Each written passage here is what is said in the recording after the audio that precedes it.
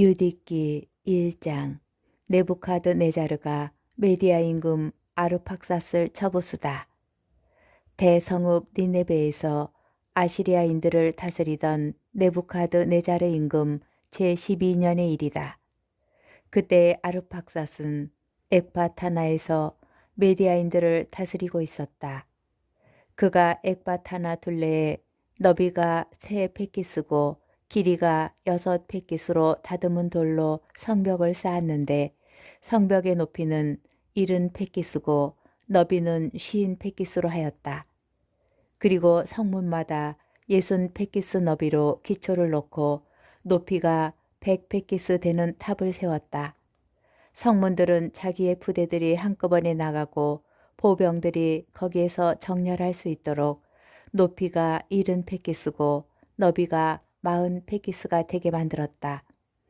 그때 네부카드네자르 임금이 아르팍삿 임금과 대평야에서 전쟁을 벌였다. 그것은 라가우 경계 안에 있는 평야였다. 그리하여 산악지방에 사는 모든 주민, 유프라테스와 티그리스와 히다스페스 강가 그리고 엘라민들의 임금 아르욕에게 소송된 평야에 사는 모든 주민이 아르팍삿에게 모여들었다. 그리고 아주 많은 민족들이 켈레우스인들과 싸우려고 직결하였다. 그러자 아시아인들의 임금 네부카드네자르가 사절들을 파견하였다. 페르시아의 모든 주민과 서쪽 지방의 모든 주민, 곧 킬리키아, 다마스쿠스, 레바논, 안티레바논의 주민들, 해안 지방의 모든 주민, 카르멜, 기랏, 갈릴레아 고지대, 이즈르엘 대평야의 민족들, 사마리아와 그곳에 딸린 성읍들, 예루살렘까지 이르는 요르단 건너편 지역, 바타네, 켈로스, 카데스, 이집트강, 타흐판헤스, 라메세스, 온 고센 땅의 모든 주민, 타니스와 멤피스 너머의 주민들에게까지 그리고 에티오피아 경계선에 이르는 이집트의 모든 주민에게 사절들을 파견하였다. 그러나 이 지방의 주민들은 모두 아시리아인들의 임금 네부카드네자르의 말을 무시하고 그의 편으로 전쟁에 가담하지 않았다. 네부카드네자르를 한낱 필부로 여겨 두려워하지 않았기 때문이다. 그들은 사절들을 망신스럽게도 빈손으로 돌려보냈다. 네부카드네자르는 이 온 지방에 몹시 화를 내었다. 그러면서 킬리키아와 다마스쿠스와 시리아의 온 영토에 보복을 하고 또 모압 땅의 모든 주민, 암몬 자손들, 온 유다 주민, 두 바다의 경계에 이르는 이집트의 모든 주민을 자기 칼로 처단하겠다고 자기의 왕좌와 왕국을 걸어 맹세하였다. 그리하여 네부카드네자르는 제17년에 자기 군대와 함께 전열을 갖추고 아르팍삿 임금에게 맞섰다. 그리고 그 전투에서 승리하였다. 그는 아르팍삿의 온 군대와 그 온 기병대와 병거대를 폐주시켰다. 그리하여 네부카드네자르는 아르팍삿의 성읍들을 차지하고 엑바타나까지 이르러 그곳의 탑들을 점령하고 시장들을 약탈하여 엑바타나의 영광을 수치로 바꾸어 버렸다. 또 아르팍삿을 라가우 산악지방에서 사로잡고서는 자기 창으로 내리찔러 그를 완전히 파멸시켜 버렸다. 그러고 나서 자기의 연합군대를 모두 거느리고 귀국하였다. 그것은 굉장히 많은 전사의 무리였다. 네부카드네자르는 자기 군대와 함께 120날 동안 쉬며 잔치를 베풀었다. 유디기 2장. 홀로 페르네스가 서쪽 지방을 토벌하다. 제18년 첫째 달 스무 이튿날 아시리아인들의 임금 네부카드네자르의 왕궁에서는 그가 전에 말한 대로 그 온 지방에 보복하자는 이야기가 있었다. 네부카드네자르는 신하들과 귀족들을 모두 불러 자기의 비밀 계획을 그들에게 내놓고 그 지방을 완전히 멸망시켜 버리겠다는 뜻을 밝혔다. 그래서 그들은 그가 내린 명령을 따르지 않는 자는 누구든지 처형하기로 결정하였다. 회의가 끝나자 아시리아인들의 임금 네부카드네자르는 자기 다음으로 가장 높은 군대의 대장군 홀로페르네스를 불러 말하였다. 온 세상의 주인인 대왕이 이렇게 말한다. 너는 내 앞에서 물러가 힘이 세다고 자신하는 보병 12만과 12,000명의 기병을 거느리고 내가 내린 명령에 불복한 서쪽 지방 전역을 치러 진군하여라. 그들에게 항복하라고 일러라. 분노에 찬 내가 그들에게 진군하여 그 지방의 땅을 모조리 내 군사들의 발로 짓밟고 그곳을 내 군사들에게 넘겨 약탈하게 하겠다. 그들의 부상자들이 그곳의 골짜기와 마른 내를 가득 채우고 물 많은 강은 죽은 자들로 가득할 것이다. 또한 나는 그들을 사로잡아 온 세상 끝까지 끌고 갈 것이다. 너는 진군하여 나보다 앞서서 그들의 영토를 다 점령하여라. 그들이 너에게 굴복할 터이니 내가 가서 처벌하는 날까지 그들을 지키고 있어라. 내가 점령한 지방 어디에서건 불복하는 자들은 가차없이 죽이고 재산을 몰수하여라. 내 목숨과 내 왕국의 힘을 걸고 말하는데 나는 한 번 말한 것은 내 손으로 이루고야 만다. 너는 내 주군의 명령을 하나도 어기지 마라. 내가 너에게 명령한 대로 정확히 완수하여라. 그것을 지체 없이 실행하여라. 홀로 페르네스는 자기 주군 앞에서 물러나와 아시리아 군대의 상장군들과 장수들과 장교들을 모두 소집하였다. 이어서 자기 주군이 분부한 대로 전투병으로 선발된 군사 12만과 활 쏘는 기병 12,000을 헤아려서 전투 부대를 편성하는 방식으로 그들을 배열하였다. 그리고 물자를 나를 낙타와 나귀와 노새를 아주 많이 모으고 군량으로 쓸 양과 소와 염소도 수없이 많이 모았다. 또 모든 군사에게 나누어 줄 충분한 양식과 왕궁에 있던 금과 은도 아주 많이 준비하였다. 그리하여 홀로 페르네스와 그의 온 군대는 네부카드네자르 임금보다 먼저 가서 병거대와 기병대와 정예 보병대로 서쪽 지방의 땅을 모조리 뒤덮으려고 진군하였다. 그 밖에도 메뚜기 떼처럼 땅의 모래처럼 많은 잡다한 무리가 그들과 함께 나섰다. 그들은 너무 많아서 그 수를 헤아릴 수가 없었다. 그들은 니네베를 떠나 사흘 동안 백틸렛 평화를 향하여 진군하였다.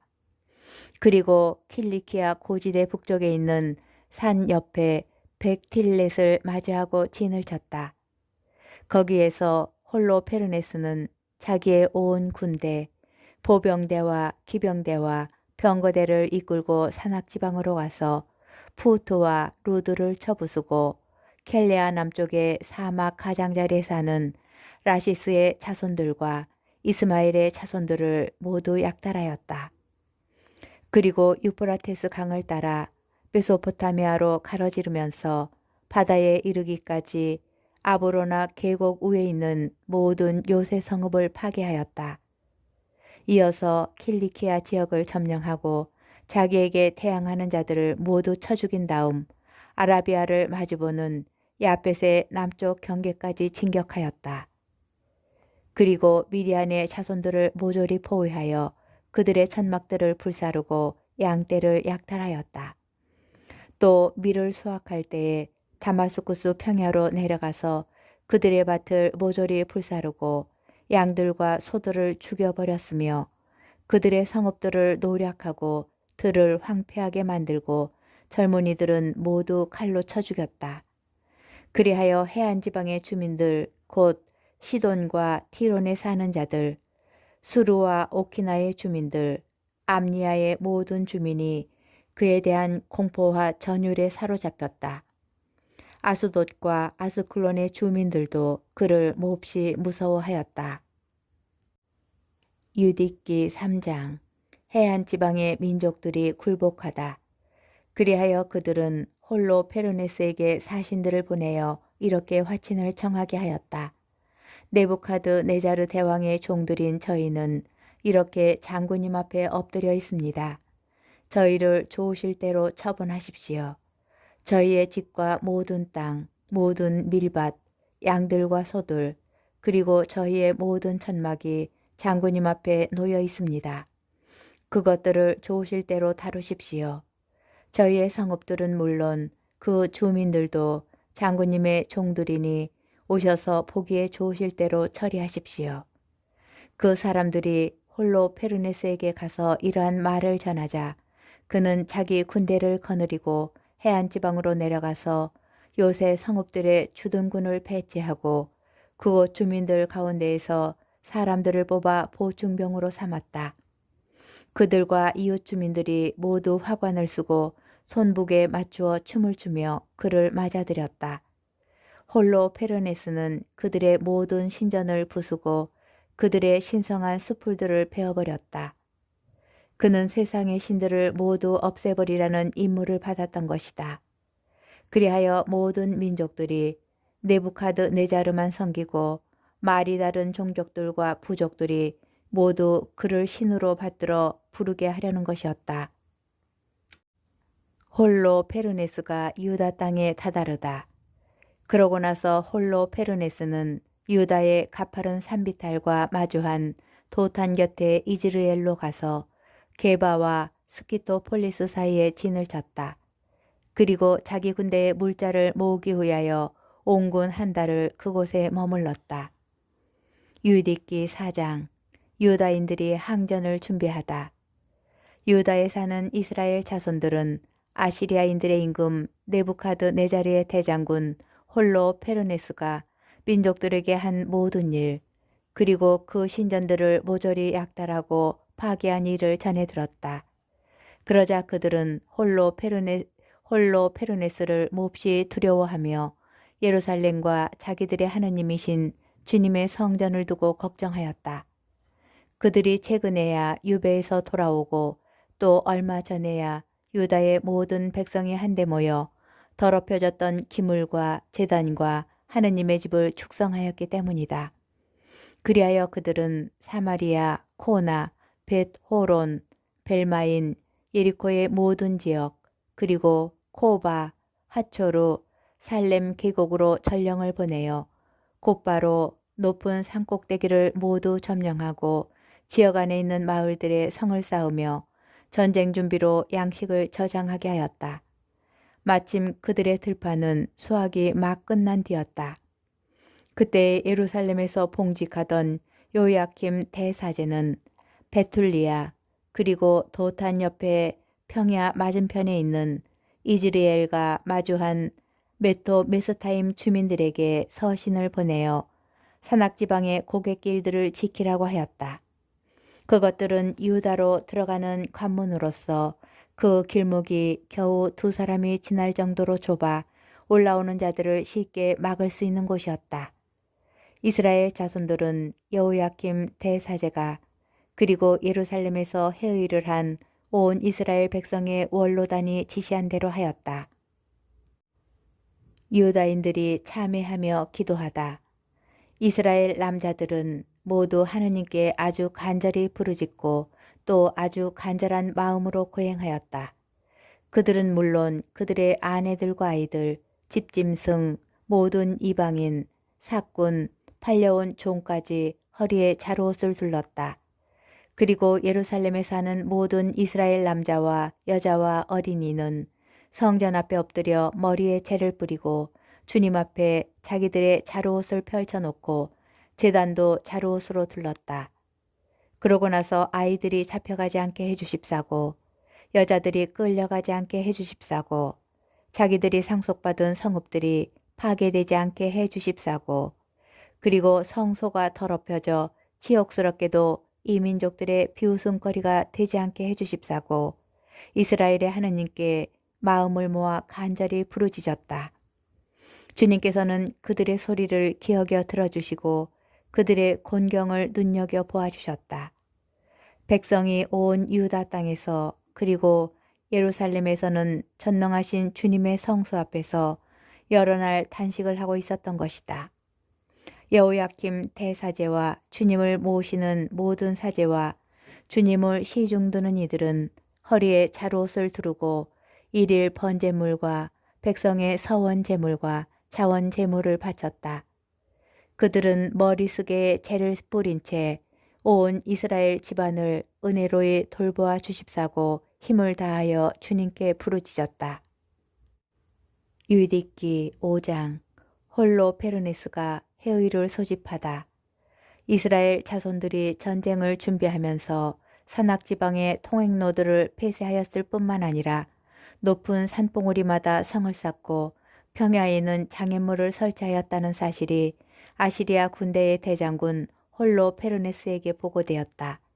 그러자 그는 화가 잔뜩 나서 모압의 모든 제후와 암몬의 장수들과 해안 지방의 모든 총독을 불러놓고 이렇게 말하였다. 가나안의 자손들아, 저 산악 지방에 사는 백성이 어떤 백성인지, 저들이 사는 성읍들이 어떠한지, 저들의 군대가 얼마나 큰지, 저들의 능력과 힘이 어디에서 오는지, 저들을 다스리고 군대를 지휘하는 임금이 누구인지 말해보아라. 이 서쪽 지방의 모든 주민 가운데에서 왜 저들만 나를 맞으러 오기를 거부하느냐? 아키오르가 이스라엘인들에 관하여 말하다. 모든 암몬인의 수령인 아키오르가 대답하였다. 주인님께서는 이 종이 드리는 말씀을 들으시기 바랍니다. 주인님께서 계시는 이 북은 산악지방에서는 저 백성에 관하여 진실을 알려드리고자 합니다. 이 종의 입에서는 거짓이 하나도 흘러나가지 않을 것입니다. 저 백성은 칼데아인들의 후손입니다. 그들은 칼데아 땅에서 살던 조상들의 신들을 따르기가 싫어서 한때 메소포타미아에서 산 적도 있습니다. 그들이 조상들의 길을 버리고 하늘의 하느님, 자기들이 알게 된 하느님을 경배하였으므로 조상들의 신들 앞에서 쫓겨나 메소포타미아로 달아난 뒤에 오랫동안 거기에서 살았던 것입니다. 그런데 그들의 하느님께서는 그들에게 사는 곳에서 나와 가나안 땅으로 가라고 분부하셨습니다. 그리하여 그들은 여기에 자리 잡고 번성하여 금과 은 그리고 아주 많은 가축을 가지게 되었습니다. 그 뒤에 기근이 온 가나안 땅을 뒤덮자 그들은 이집트로 내려가 먹고 살 수 있을 때까지 거기에서 살았습니다. 그곳에서 그들의 결에는 수를 헤아릴 수 없을 만큼 큰 무리로 불어났습니다. 그러자 이집트 임금이 그들에게 적대심을 품고 나서서 교묘한 방식으로 벽돌을 만드는 노역을 시키며 그들을 억누르고 또 종으로 삼았습니다. 그래서 그들이 저희 하나님께 부르짖자 그분께서는 손쓸 길 없는 여러 가지 재앙으로 온 이집트 땅을 치셨습니다. 그리하여 이집트인들이 그들을 내쫓았습니다. 하나님께서는 또 그들 앞에 놓인 홍해의 물을 마르게 하시고 시나이와 카데스 바르네아 길로 인도해 주셨습니다. 그들은 광야의 주민들을 모두 내쫓고 아모리인들의 땅에 자리를 잡고서는 헤스본인들을 자기들의 힘으로 전멸시켰습니다. 그리고 요르단을 건너서 저 산악지방을 모두 차지하였습니다. 그들은 가나안인, 프리즈인, 여부스인, 스케민 그리고 모든 기르가스인을 내쫓고 저곳에서 오랫동안 살았습니다. 그들이 저희 하나님 앞에서 죄를 짓지 않는 한 불의를 미워하시는 하나님께서 그들과 함께 계셨기 때문에 그들은 번영하였습니다. 그러나 하나님께서 명령하신 길에서 벗어나자 그들은 많은 전투에서 무참히 패배하고 이국 땅으로 끌려갔습니다. 그들의 성전은 완전히 파괴되고 그들의 성읍들은 적군에게 빼앗겼습니다. 그러나 이제 자기들의 하느님께 되돌아간 그들은 여기저기 흩어져 살던 곳에서 돌아와 자기들의 성소가 있는 예루살렘을 되찾고 황폐해진 저 산악지방에 다시 자리를 잡았습니다. 그러니 이제 저의 상전이신 주인님, 만일 저 백성이 잘못하여 자기들의 하느님께 죄를 지었고 몰락의 원인이 되는 그 죄를 우리가 그들에게서 찾아낸다면 올라가서 그들과 싸울 수 있습니다. 그러나 저 민족에게 죄과가 없으면 주인님께서는 그냥 넘어가시기 바랍니다. 그들의 주님, 그들의 하느님께서 그들을 보호하시어 우리가 온 세상에 우윳거리가 될 것입니다. 아키오르가 반대에 부딪히다. 아키오르가 이 말을 마치자 천막 둘레에 빙 둘러서 있던 사람들이 모두 웅성대기 시작하였다. 그리고 홀로 페르네스의 지휘관들과 해안 지방과 모압의 주민들은 일제히 아키오르를 처단해야 한다면서 이렇게 말하였다. 우리는 이스라엘 자손들을 두려워하지 않습니다. 그들은 격렬한 전투를 벌일 힘도 능력도 없는 백성입니다. 그러니 저희의 상전이신 홀로 페르네스님, 올라갑시다. 그들은 대장군님 휘하 온 군대의 먹이가 될 것입니다.